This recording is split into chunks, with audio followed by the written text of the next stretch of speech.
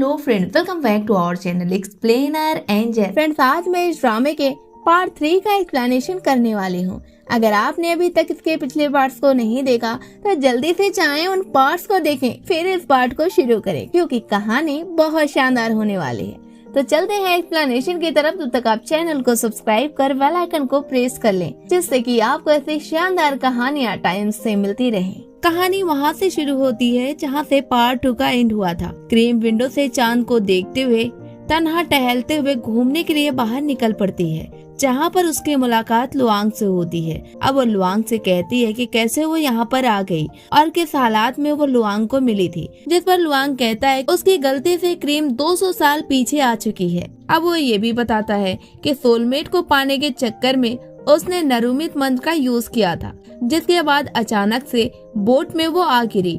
फिर कहता है कि अब तो चाहने के बाद भी वो क्रीम को उसकी दुनिया में नहीं भेज सकता, जिसके चलते क्रीम को यहाँ पर रहना पड़ेगा। अब ये सुनने के बाद क्रीम सैड हो जाती है क्योंकि उसके बहुत से ड्रीम थे जो कि अधूरे रह गए थे। अब ये देखकर लुआंग कहता है कि क्या वो वापस फ्यूचर में जाना चाहेगी। क्रीम को लुआंग की बात पर यकीन नहीं होता, जिस पर वो कहती है अब तो वो यहीं पर वेकेशन सेलिब्रेट करेगी क्योंकि फ्यूचर में जाना तो पॉसिबल है ही नहीं। लेकिन ये पास्ट में राजा रामा का ओल्ड युग अच्छा तो बहुत है, बस कुछ चीजें हैं फ्यूचर की जो कि उसे बहुत याद आती है। अब इन लोग बात कर ही रहे होते हैं कि तभी थेप इनको देख रहा होता है। वो आन के लिए लुआंग की सारी डिटेल्स को इकट्ठा कर रहा होता है कि इन लोगों में लव कब होगा या फिर हो चुका है, क्योंकि मेबुआ से उसे आग जो लगानी होती है। इधर लुआंग क्रीम के इश्क में गुलाबी मोहब्बत की सीढ़ियों पर पहुंच चुके थे। फ्लावर सूंघते हुए ऑन को फील कर रहे होते हैं। तभी कहानी प्रेजेंट में आती है, जहां पर क्रीम और टॉस बहुत ही परेशान होते हैं और टॉस क्रीम की माँ से कहता है कि उसने हर तरफ न्यूज को फैला दिया है, जिससे कि उम्मीद है कि जल्द ही वो क्रीम को पा लेंगे। लेकिन क्रीम की माँ रो धोकर अपना बुरा हाल किए होती है क्योंकि क्रीम की अभी तक उन्हें कोई भी अपडेट मिली नहीं थी। लेकिन पिटॉस उन्हें यकीन दिलाता है कि वो किसी सेब पैलेस पे होगी और सेब भी होगी। अब वो ये कह ही रहा होता है कि तभी सी की कॉल उसके पास आती है, जिसका कहना होता है कि ग्रैंड मदर पिटॉस को बुला रही हैं और कोई खास बात करनी है। ये सुनकर पिटॉस फौरन ही ग्रैंड माँ के पास जाता है, जहाँ पर ग्रैंड माँ उसे बताती हैं कि आजकल उन्हें बहुत बुरा ख्वाब आ रहा है। तब पिटॉस कहता है कि क्रीम कहाँ है, क्या वो इस चीज को बता सकेंगी। जिस पर ग्रैंड माँ का कहना होता है कि उन्होंने ख्वाब में क्रीम को एक बड़े से घर में देखा है और उसे कोई वहाँ पर ले जा रहा था और उसके गुम होने से पहले वो उसे ढूंढ ले, वरना क्रीम को पाना उसके लिए मुश्किल होगा। ये सुनने के बाद पिटॉस का सारा शक ग्रैंडपा और प्रोफेसर पे जाता है। वो उन लोगों की तलाश में निकल पड़ता है। अब उसके जाने के बाद ग्रैंड माँ के पास थेप आता है, जिससे ग्रैंड माँ कहती हैं वो ग्रैंड पा और उसके ग्रैंड डॉटर किवा के बारे में पता लगाए। अब ये सुनने के बाद थेप भी पता लगाने के लिए निकल पड़ता है और सीन पास्ट में आ जाता है, जहाँ पर सब लोग डिनर कर रहे होते हैं। बीच में लुआंग क्रीम को खाने के तरीके भी सिखा रहा होता है। अब ये लोग खाना खाने के बाद बोट की मदद से टेम्पल में जाते हैं। इस बीच पानी से क्रीम को काफी डर लग रहा था, जिस वजह से लुआंग उसका साथ देता है। इस बीच क्रीम डर की वजह से लुआंग के गले लग जाती है, जो कि साथ में लुआंग की बहन और चोर की होती है। अब वो लोग इस चीज को देखने लगते हैं। खैर, इस तरह ये लोग टेम्पल पहुंचते हैं। सब वहाँ पर एंजॉय कर रहे होते हैं और सीन परसेंट में आ जाता है, जहाँ पिटॉस भी सेम ही मंदिर में गया होता है, जहाँ पर प्रोफेसर और पिटॉस से बात हो रही होती है क्रीम के लापता होने के सिलसिले में। तब प्रोफेसर उसे क्रीम की वही स्केच दिखाता है और कहता है ये पास्ट का सफर तय कर रही है और ये स्केच की वजह से ही ये मिसिंग है, क्योंकि ये स्केच यूं ही तो बनाई नहीं गई है। इसकी कोई खास वजह तो जरूरी होगी। अब ये लोग भी इसके बारे में सोचने लग जाते हैं। इधर पास्ट में लुआंग की टीम को मम थेप और मम टॉस नजर आते हैं। अब मम टॉस को देखते ही क्रीम उछल पड़ती है, क्योंकि मम टॉस का फेस सेम ही टॉस से मिल रहा होता है। ये चीज उसे काफी खुशी देती है। अब वो फौरन ही ममटॉस के पास जाती है और कहती है चलो तुम्हारी वजह से मैं दोबारा से अपनी दुनिया में जा सकूंगी। ये कहते हुए उसके हाथ को पकड़ लेती है, लेकिन ममटॉस से उसे पहचानने से इनकार कर देता है और कहता है कि क्रीम को कोई गलत फहमी हुई है, क्योंकि उसने कभी इसे देखा ही नहीं है। ममटॉस की ये बातें क्रीम को और ही परेशान करती हैं, क्योंकि वो सेम ही उसके फियांसो पिटोस की तरह दिख रहा होता है। लेकिन अब चोर की क्रीम के हाथ को छुड़ाती है और कहती है वैसे पागलों की तरह बिहेव ना किया करे और इस जमाने में उसे कोई भी नहीं जानता। लेकिन इसी कंफ्यूजन में क्रीम बेहोश हो जाती है और उसे गिरने से बचाने का काम अपना लुआंग करता है। इस तरह क्रीम लुआंग के सीने से लग जाती है, जो कि थेप देखकर मुस्कुरा रहा होता है, क्योंकि उसे आग लगाने का अच्छा टाइम मिल चुका होता है। इधर प्रेजेंट में पिटोस और प्रोफेसर टहलते हुए आपस में बात कर रहे होते हैं, जहाँ पर प्रोफेसर का कहना होता है कि क्रीम पास्ट में चली गई है, लेकिन पिटोस को इन बातों पर यकीन नहीं होता और प्रोफेसर है कि बढ़िया एक्सप्लेन करके उसे समझा नहीं पाते। तब वो कहते हैं कि इसके बारे में सिर्फ 2 ही लोग ये बातें क्लियर कर सकते हैं और वो हैं ग्रैंडपा और किवा, जिनके बताने के बाद तुम्हें खुद ही समझ में सारी बातें आ ही जाएंगी और वो शायद उसे वापस ले भी आए। इस तरह ये लोग ग्रैंडपा के पास निकल जाते हैं। उधर पास्ट में क्रीम को होश आ गया होता है और चोर के उसे सूप पर सूप पिलाई जा रही थी।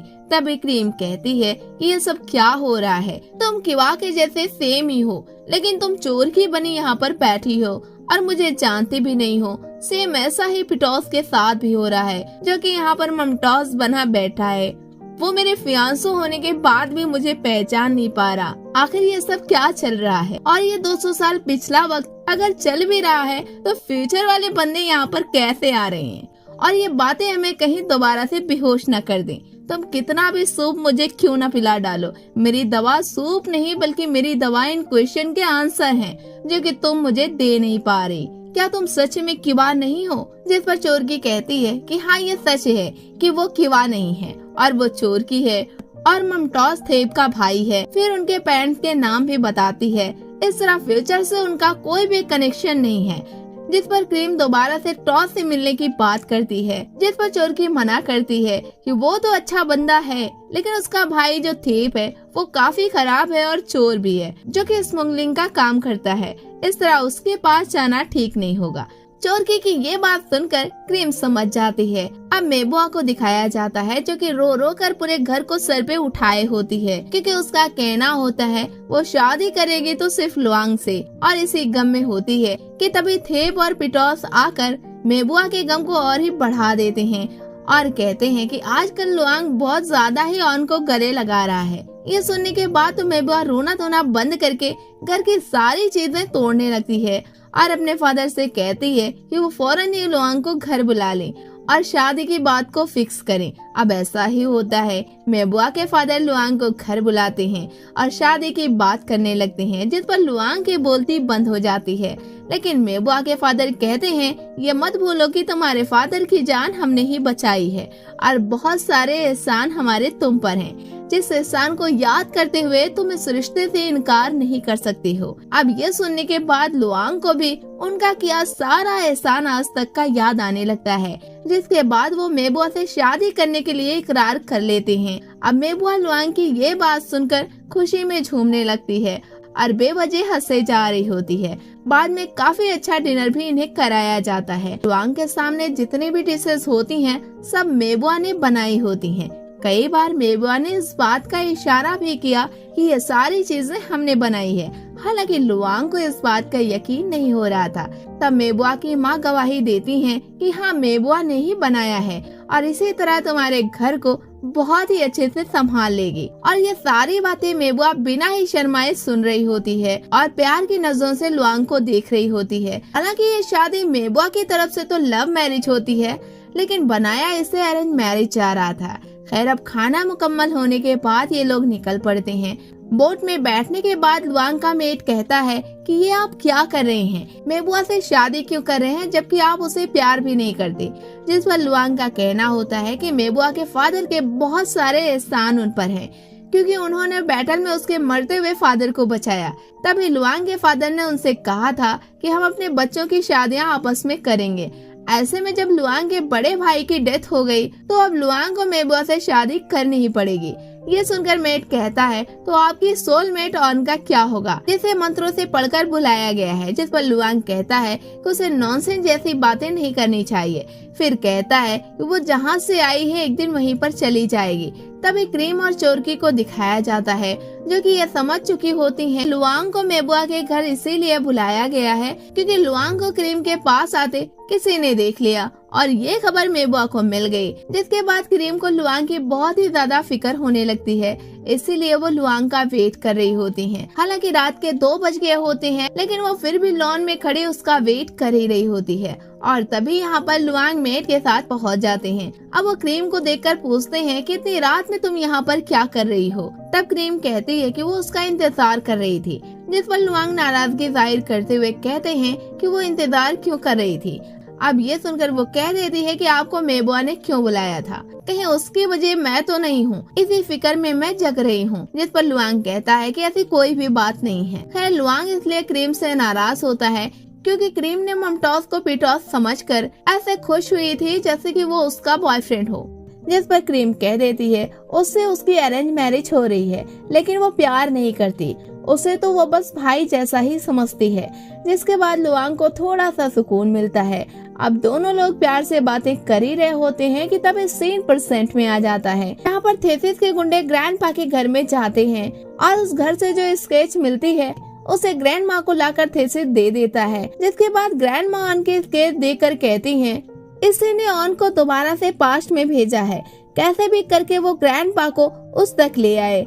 जब थेसिस के बंदे ग्रैंडपा के घर गए थे तब उस वक्त ग्रैंडपा और किवा घर में नहीं थे, वो दोनों ही घर से बाहर थे, छिपकर उन गुंडों को देख रहे थे और ग्रैंडपा इन गुंडों के मकसद को समझ जाते हैं, इसीलिए वो किवा को लेकर फरार हो जाते हैं। अब थेसिस ग्रैंड माँ से कहता है कि जल्द ही वो उन दोनों को भी उनके सामने ले आएगा। अब थेसिस की इस बात पर उसकी बहन पूछती है कि ग्रैंड माँ ऐसा क्यों करवा रही हैं और उस लड़की के पीछे क्यों पड़ी है। जिस पर थेसिस उसे कहता है कि उसे कुछ भी नहीं पता है, वो तो बस ये सब इसलिए कर रहा है जिससे कि ग्रैंड माँ खुश होकर अपनी प्रॉपर्टी उसके नाम कर दे। ये कहकर वो चला जाता है और उसकी बहन पैर पटकते रह जाती है। अब थेसिस ग्रैंड माँ के पास जाकर बैठता है और पूछता है कि वो उस लड़की की इतनी शिद्दत से तलाश क्यों कर रही हैं। जिस पर ग्रैंड माँ का कहना होता है कि वो भूल गया उनके बारे में, न कि पास्ट में थेसिस और से मिल चुका है।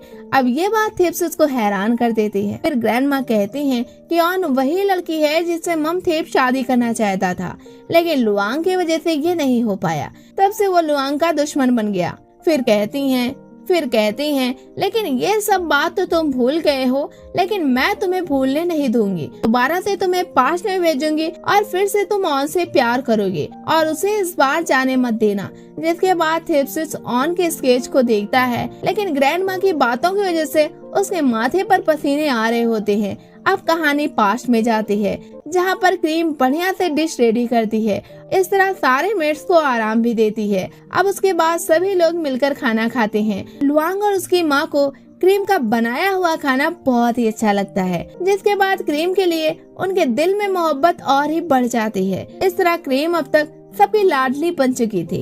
इधर प्रेजेंट में ग्रैंडपा किवा को लेकर घर में ठहरते हैं और कहते हैं कि सिर्फ आज रात तक यहाँ रहना है, सुबह ही बैंकॉक हम लोग चले जाएंगे। यह सुनकर किवा कहती है कि आखिर कब तक हम लोग यूँ भागते रहेंगे और वो लोग कौन थे जो कि घर में घुसे थे। इस पर ग्रैंडपा कहते हैं वो लोग शायद नहीं चाहते कि ग्रैंड माँ दोबारा से ऑन और लुआंग से मिले। ये सुनकर किवा के होश उड़ जाते हैं क्योंकि ये लोग 200 साल पहले हुआ करते थे। वो कहती है अब के जमाने में कहाँ से आएंगे वो लोग। जिस पर ग्रैंडपा उसे समझाते हैं कि हम में से कोई ऐसा है जो कि पास्ट से आया है, अब कौन है ये नहीं पता। इसके बाद ग्रैंडपा रूम में जाकर मंत्र पढ़ने लगते हैं। तभी थेसिस के गुंडे आते हैं और सबको मारने लगते हैं और अंदर घुसने लगते हैं। ये चीज किवा देख लेती है। वो ग्रैंडपा को लेकर घर से निकल जाती है, लेकिन जाते वक्त गुंडे इन लोगों को देख लेते हैं। वो उसे पकड़ने के लिए दौड़ाते हैं, लेकिन तभी एक फीमेल लेडी फेस को मास्क से कवर किए हुए कार लेकर आती है और रोड पर कार को रोक देती है। इस तरह ग्रैंडपा और किवा को अपने कार में बिठा लेती है। ग्रैंडपा और किवा के पास अदर कोई ऑप्शन भी नहीं था, वरना यहाँ पर पकड़े जाते। ऐसे में बिना कुछ सोचे समझे उस एक कार में बैठकर यहाँ से चले जाते हैं। अब वो लेडी कौन थी और क्या करेगी इन लोगों का, ये सब आपको पार्ट 4 में पता चलेगा, जो कि जल्द ही हमारे चैनल पर अपलोड किया जाएगा। इसलिए आप चैनल को सब्सक्राइब करके रखें, बेल आइकन को भी प्रेस करके रखें, जिससे कि वीडियो अपलोड होते ही सबसे पहले आपके पास पहुँचे। फ्रेंड्स, ये कहानी आपको कैसी लगी हमें कमेंट बॉक्स में बताएं। वीडियो को लाइक करें, शेयर करें। मिलते हैं हम आपसे नेक्स्ट वीडियो में, तब तक के लिए टेक केयर।